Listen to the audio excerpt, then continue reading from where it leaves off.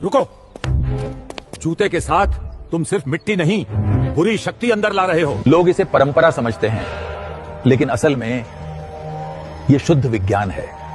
जूते के नीचे मिट्टी के साथ बैक्टीरिया, पैरासाइट और हेवी मेटल चिपके होते हैं। जूता बाहर उतारने से घर का इंडोर माइक्रोबायोम सुरक्षित रहता है।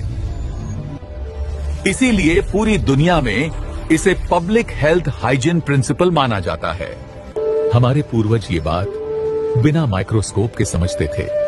परंपरा नहीं बदली थी, हमने उसे समझना छोड़ दिया।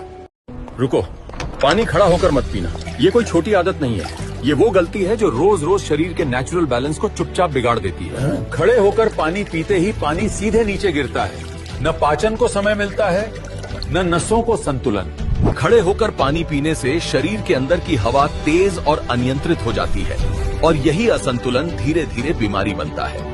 यही एक आदत घुटनों पर अतिरिक्त दबाव डालती है और किडनी को बिना जरूरत मेहनत करनी पड़ती है।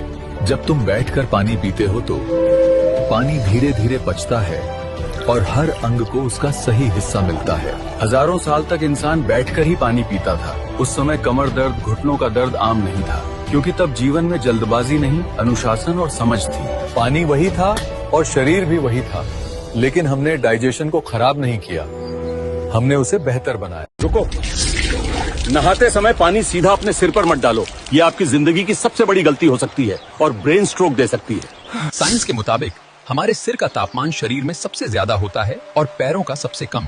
हमारा दिमाग गर्मी के प्रति बहुत सेंसिटिव होता है। जब हम सीधा ठंडा पानी गर्म सिर पर डालते हैं तो थर्मल शॉक लगता है। दिमाग की बारीक नसें झटके से सिकुड़ जाती हैं, जिससे ब्लड प्रेशर बहुत तेजी से बढ़ता है। यही कारण है कि दुनिया भर में सबसे ज्यादा हार्ट अटैक्स और पैरालिसिस के केस बाथरूम के अंदर ही देखे जाते हैं। खासकर सर्दियों में ये गलती जानलेवा है। सही तरीका, पानी हमेशा पहले पैरों पर डालें, फिर घुटने और आखिर में सिर पर। बॉडी को तापमान एडजस्ट करने का मौका दें। सुरक्षित रहें। चाहे घर हो या गुरुकुल। क्या आपने कभी सोचा है कि हमारे यहाँ खाने के समय शोर मचाना क्यों मना था? मैं आपको इसकी असली वजह बताता हूँ। बुजुर्ग कहते थे चुपचाप खाओ, खाना नाराज हो जाता है। हमें लगता था ये डांट है, असल में ये शरीर की चेतावनी थी। जब इंसान शांत होता है तो शरीर लड़ाई की हालत में नहीं रहता, सांस धीमी होती है और पेट अपना काम शुरू करता है। आज साइंस इसे पैरासिम्पैथेटिक मोड कहता है, यानी शरीर खुद से कहता है अब भागना नहीं, अब पचाना है।